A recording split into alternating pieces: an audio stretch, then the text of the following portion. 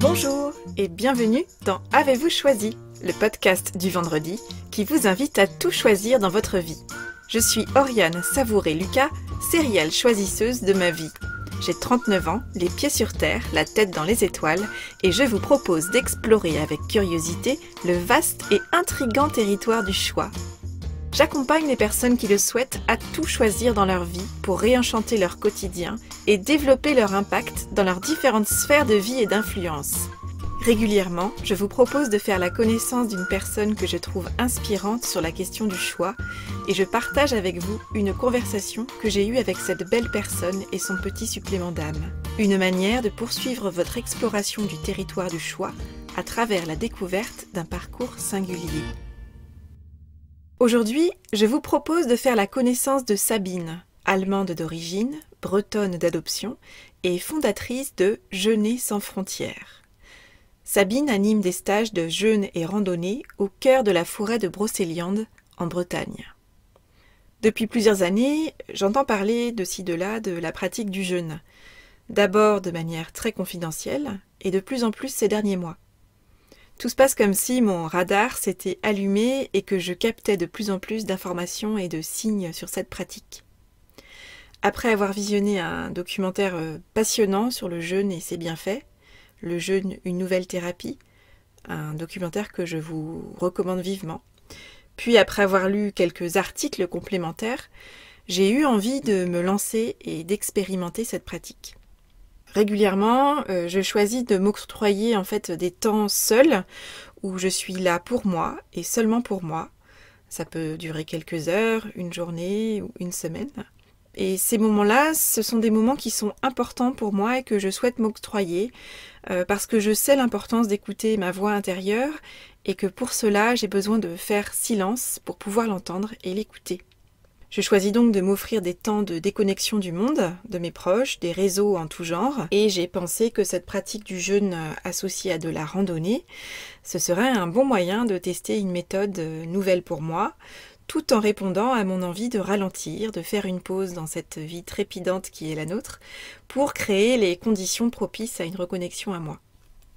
Au gré de quelques recherches sur Internet, je suis tombée sur le site Internet de Sabine et de ses stages de jeûne et randonnée.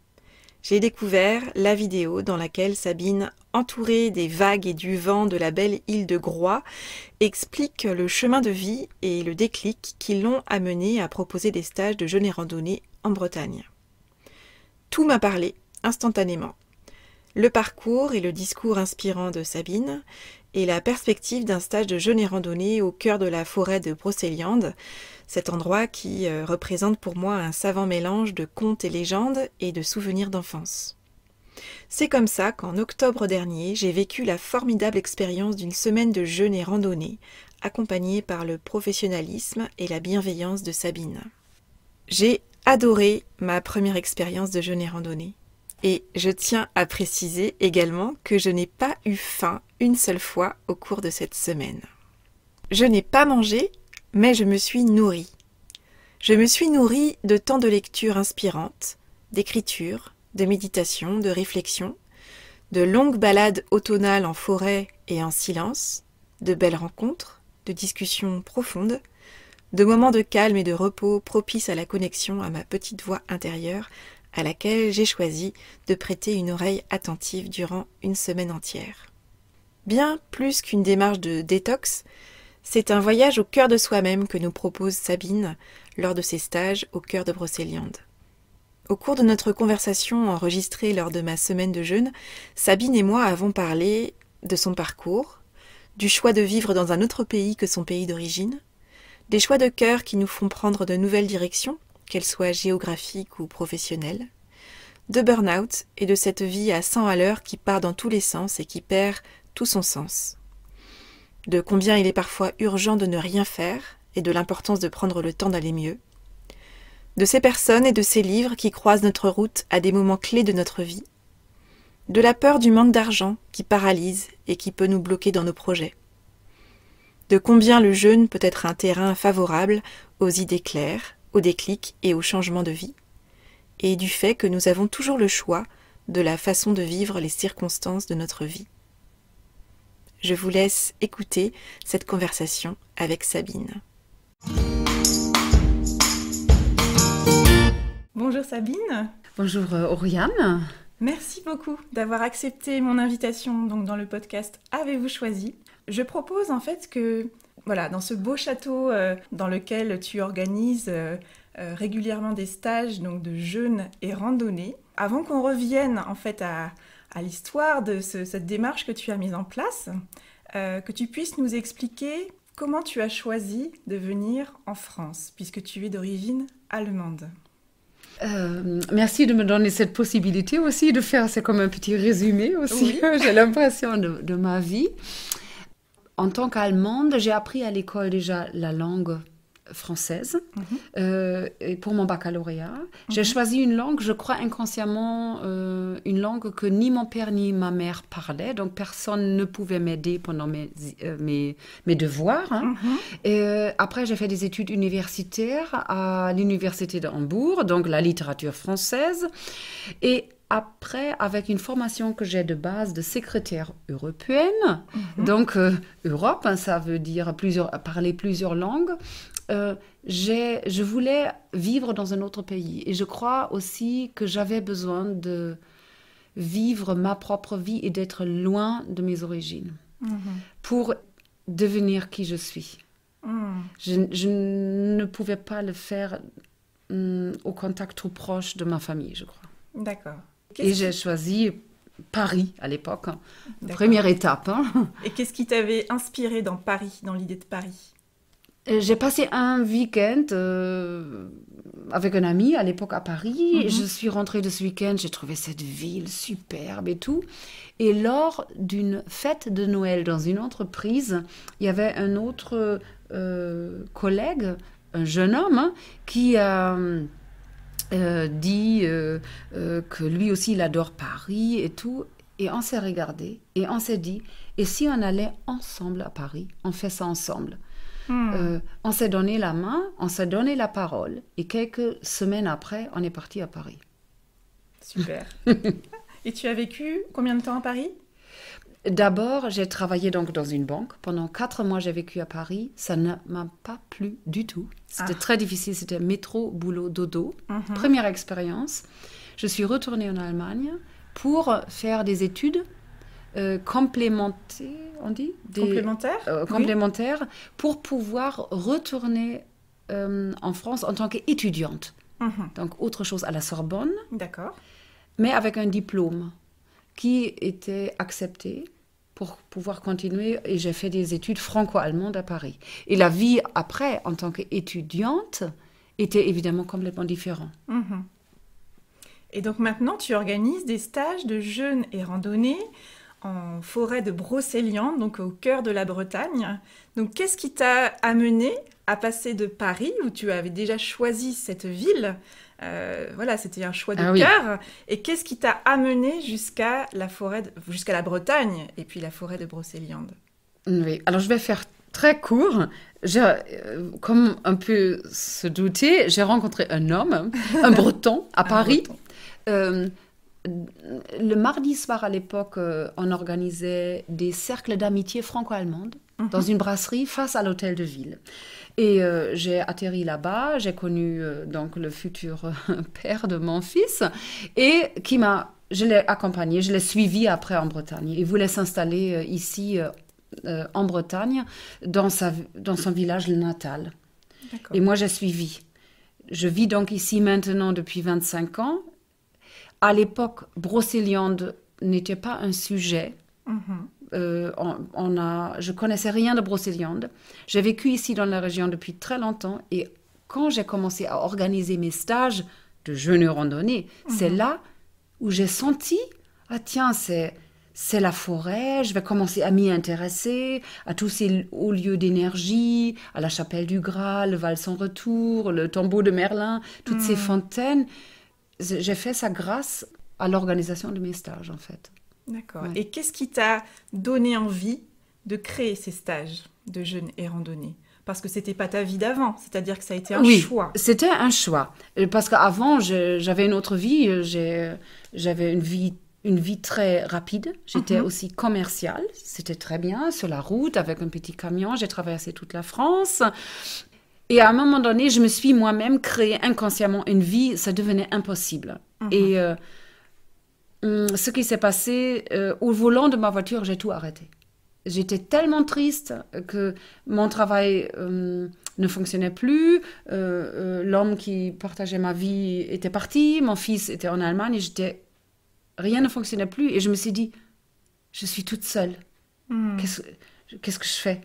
Et je me suis dit, il faut que j'arrête de partir sur la route tout le temps. Première étape, c'était ce qu'on appelle aujourd'hui un burn-out. Mais c'était comme une chute dépressive, on peut dire ça. J'ai pris aussi des antidépresseurs pendant quelques semaines, mais je n'y crois absolument pas. Et je fais des footings. Tous les jours, je vais en forêt courir 1 heure. Donc ça, mon médecin savait que... Mais elle m'a rassurée, il fallait prendre ça. Bon, j'ai pris, mais... Sans conviction. Complètement. C'est pour moi pas la solution. Et à partir de là, il y a des gens qui ont croisé ma route, des livres aussi, et j'ai fait un jeûne peut-être 2-3 mois après. Après ce moment où, au volant de ma voiture sur la route entre Rennes et Paris, j'étais au téléphone avec une amie allemande, je pleurais et du coup, c'était tellement émouvant. Elle, à l'autre bout du fil aussi, on pleurait tous les deux. Elle a dit, Sabine, mais arrête ça. Et ça m'a tellement, ça résonnait en moi que j'ai pris la décision. Le rendez-vous que j'avais en Allemagne, je l'ai annulé. Je me suis arrêtée, prochaine station-service. On pleure comme je me dis, je suis libre. J'arrête, mais je ne savais pas du tout quoi faire. Mais je n'ai pas répondu à ta question parce qu'elle était brocéliande. Et comment j'ai eu le déclic de faire ce que je fais. C'est ça. C'est dans la suite de ça. Oui, mais première étape, c'est faire le vide. Accepter le vide. Oui. Accepter le vide et ne pas vouloir... Il est urgent de ne rien faire. C'est un comptable à l'époque qui m'a dit cette phrase et je la retiens. Il est urgent de ne rien faire. Voilà.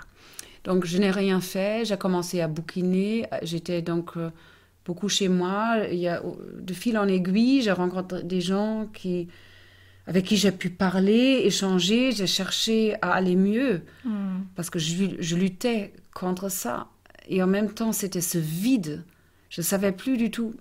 Et il y avait aussi une très grande angoisse. Une des angoisses fondamentales de la vie, c'est la peur de la pauvreté.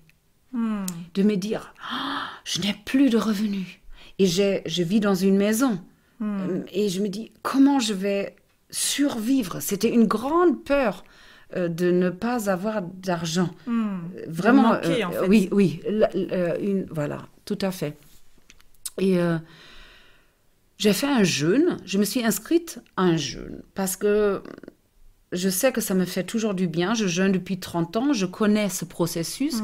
Et pour marquer vraiment le coup, je voulais jeûner 21 jours. C'est ce que j'ai fait. Mais avant ce jeûne, j'ai commencé un bilan de compétences. Donc quelque chose quand même dans le mental pour poser un peu où je suis. Cadrer un peu cette phase. Avec différentes lectures. Je suis partie donc à ce stage de jeûne ici en Bretagne, à Lorient, chez Monique Poupard. Et nous sommes allés sur l'île de Groix. À la fin de la première semaine, nous avons perdu une stagiaire. Elle était en pleurs, je me souviens, et la responsable elle-même, elle avait quelques soucis à l'époque, et elle n'était pas vraiment disponible pour cette dame. Elle m'a dit, va chercher Gabrielle, elle s'appelait. Et donc, j'ai fait demi-tour, et vu que je suis assez sportive, je fais du footing, et je me sentais bien, et elle ne m'a pas reconnue, Gabrielle.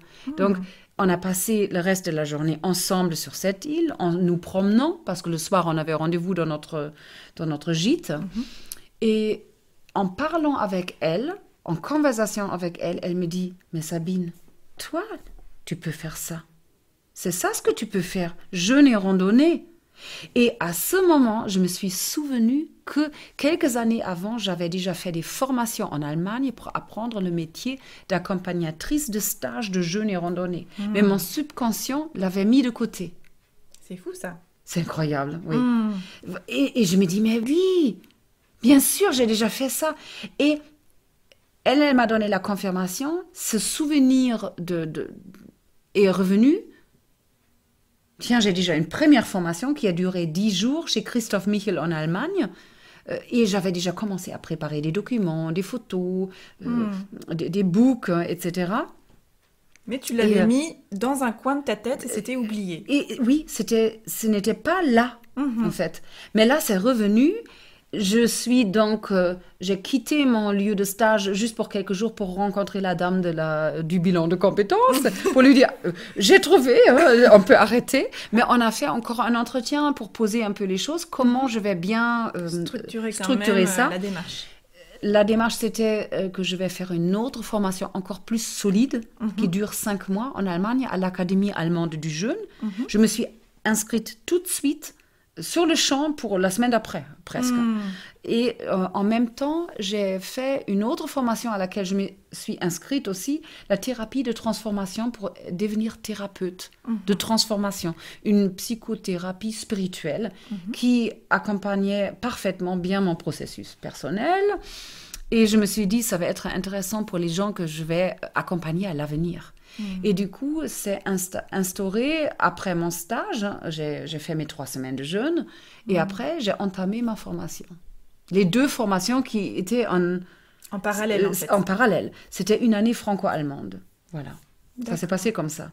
Et je sentais clairement que c'était ça qui était pour moi. C'était une évidence, en fait. C'était une évidence. Donc, cet échange avec Gabrielle, ça a été vraiment... C'était le déclic quand elle m'a dit... Et je me dis, mais bien sûr, c'était déjà là. Mais en fait, tout est déjà là, chez nous tous. C'est ça qui est intéressant. Sauf, il y a comme un voile. Des fois, nous avons oublié d'où on vient aussi. Nous avons oublié notre mission. Il suffit juste d'éclaircir notre cœur, notre esprit, notre âme, d'éclaircir et d'enlever ce voile. Je crois que c'est vraiment ça. Et ce que je propose maintenant dans mes stages de jeûne et randonnée en Brocéliande, au Château du Pin. Ici, nous sommes sur la commune d'Iffandic. Nous sommes à 30 minutes de voiture de Rennes. C'est des personnes qui viennent chez moi sont des personnes qui veulent jeûner, se purifier, faire une cure de détox. Mais souvent, dans la motivation, ils marquent une pause, ralentissement, mais aussi nouvelle orientation. J'ai régulièrement des personnes qui ne savent plus. Ils sont malheureux dans leur travail. Ils sentent qu'ils sont appelés dans la vie à faire autre chose. Ils veulent se poser, faire une sorte de reset. Et ça, faire un jeûne, c'est-à-dire ne plus manger d'aliments solides pendant une semaine, boire de l'eau, un peu de jus, un peu de tisane et une soupe le soir, c'est un moment idéal avec la forêt de Brocéliande dans laquelle nous randonnons tous les jours, 3 heures à peu près. C'est un moment idéal pour trouver le calme. Et je combine ça, comme tu sais, avec la méditation, qui sont très puissantes. Ce sont des mini-thérapies aussi qu'on fait.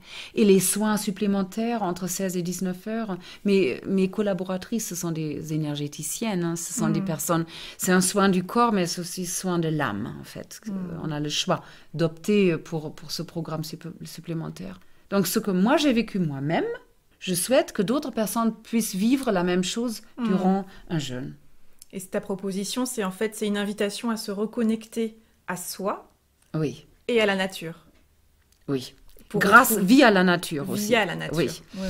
Et en fait, je dis toujours, j'aime bien dire à mes stagiaires, ce qui compte, quand on me pose des questions, des fois, est-ce que j'ai le droit de manger ça, ou est-ce qu'on peut faire ceci ou ça, le simple fait de poser la question, je sais déjà, est-ce que tu as envie de faire ça, de boire ça, de manger ça après?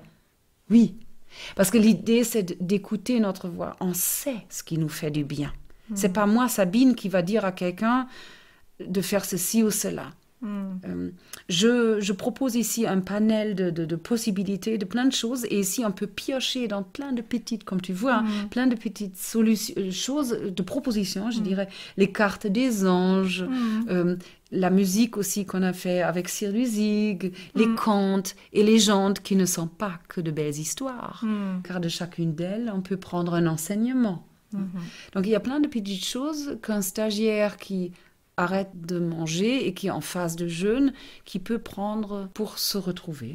Ouais. Donc en fait, tu invites les personnes à faire des choix aussi dans la démarche que tu décris, de remettre du choix et donc de la responsabilité dans la démarche qu'ils s'approprient en fait. Ils refont des choix dans toutes les propositions que tu fais. Et ça, c'est quelque chose sur lequel tu insistes. Tu parles beaucoup du choix, de l'importance de choisir, quand tu parles aux stagiaires, et notamment de choisir la manière dont on aborde les situations. Est-ce qu'on accepte la situation ou est-ce qu'on lutte contre la situation? Voilà, ça c'est aussi pour moi c'était un grand apprentissage parce que je n'ai pas toujours été comme ça. Toutes les situations, tout ce que je vis, j'ai toujours le choix de lutter contre ou de l'accepter, ou de lutter contre. Ça peut être d'entendre le bruit d'une tronçonneuse, qui me dérange peut-être. Mais c'est un choix de voir comment j'intègre ce bruit, entre guillemets. Ça concerne tout. Ça concerne aussi peut-être... J'ai froid ou je lutte toujours contre quelque chose. Ça se sent aussi. Moi, je sens mes stagiaires. Je vois tout de suite quelqu'un qui est toujours dans la lutte.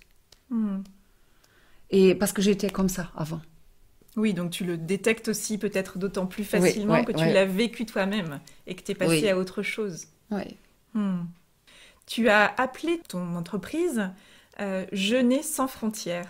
Est-ce que tu peux m'expliquer l'origine de ce choix? Volontiers.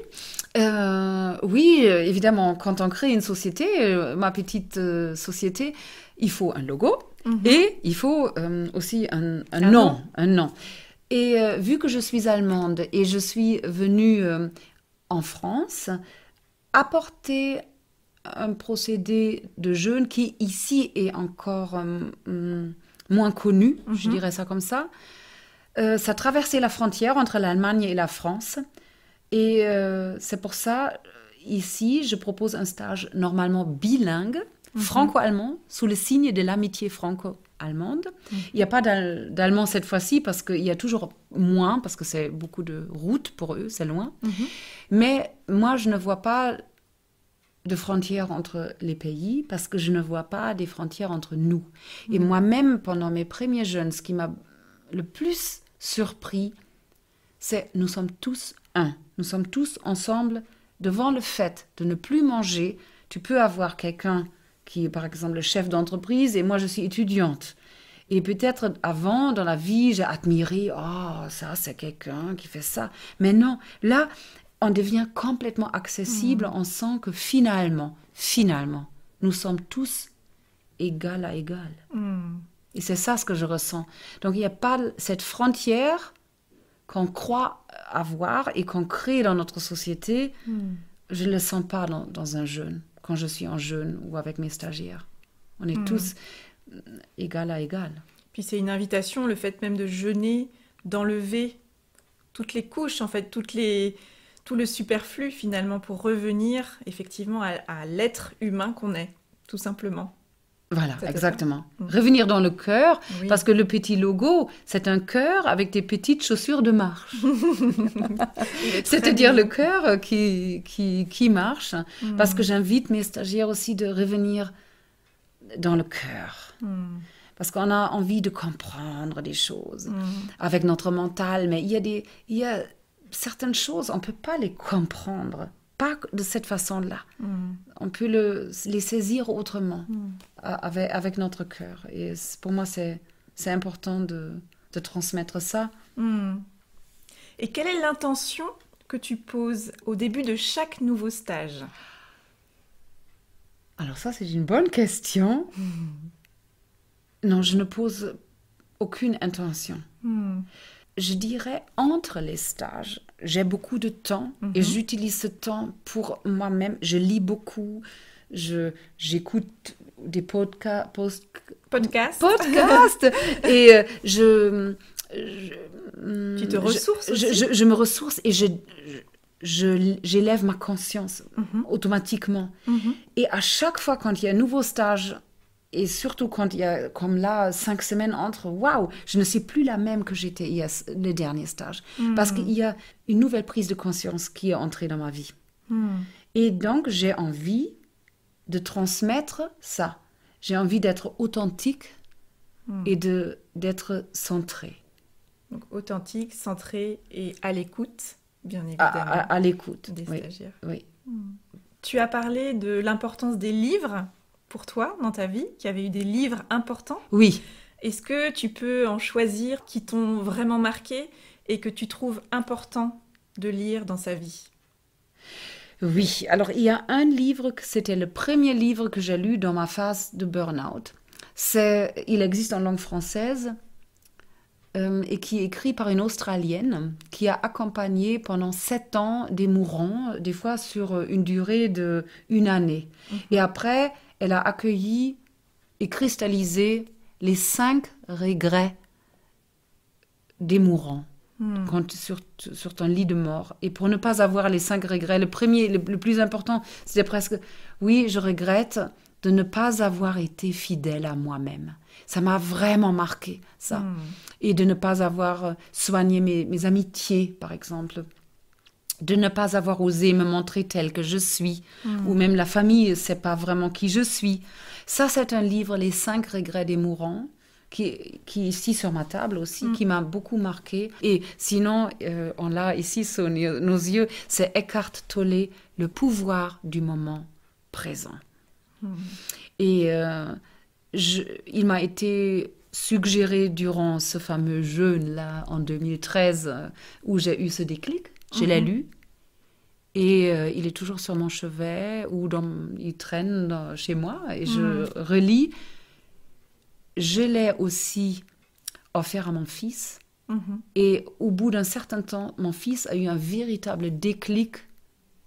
Il est entré dans un moment d'éveil grâce à ce livre de Eckhart Tolle, Le pouvoir du moment présent. Ouais. Et qu'est-ce qui t'a touché dans ce livre spécifiquement? En lisant, je suis entrée dans un autre état. Parce que j'ai commencé à observer ma pensée, à être présent, de revenir à observer mon souffle. Ah tiens, il y a une pensée qui arrive. Ce n'est qu'une pensée. C'est une pensée. Et c'est moi qui ai choisi cette pensée. Maintenant, je vais penser une autre pensée. Et de dire aussi, ça pense en nous constamment. C'est comme si notre sang circule ou ma lymphe fonctionne dans mon corps. C'est la pensée compulsive que nous avons et qui crée tout le reste. Après, les émotions. Bien sûr, qui crée notre réalité. Oui. Super. Voilà. Un grand merci à toi, Sabine. Merci, Oriane. C'était un plaisir. Plaisir partagé.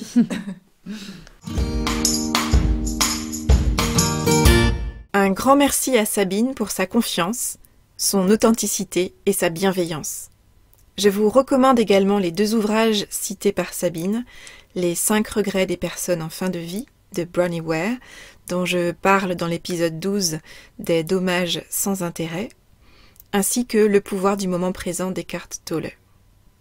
Et vous, que vous a inspiré cette conversation? Je vous invite à identifier l'idée, la phrase ou le mot que vous choisissez d'en retenir. Avec quoi de nouveau repartez-vous de cette conversation? Quel est le petit pas que vous pouvez planifier dans les prochains jours, peut-être même dans les prochaines heures, pour mettre en œuvre dans votre quotidien ce qui vous a inspiré dans cette conversation? Vous retrouverez toutes les informations sur Sabine et ses stages sur le site jeûner-sans-frontières au pluriel.com. Voilà, c'est tout pour aujourd'hui. Vous retrouverez cet épisode sur le site orianesavoureluca.com. Si vous aimez ce podcast, je vous invite à le partager auprès de celles et ceux qui vous sont chers et que l'idée de tout choisir dans leur vie pourrait réjouir. Merci également de laisser votre avis enthousiaste sur la page Facebook le site ou encore une constellation de 5 étoiles sur iTunes. Vous contribuerez ainsi à soutenir ce projet de façon bienveillante et efficace. Je vous souhaite une belle semaine et je vous donne rendez-vous la semaine prochaine pour un nouvel épisode. Et d'ici là, et si vous choisissiez tout ?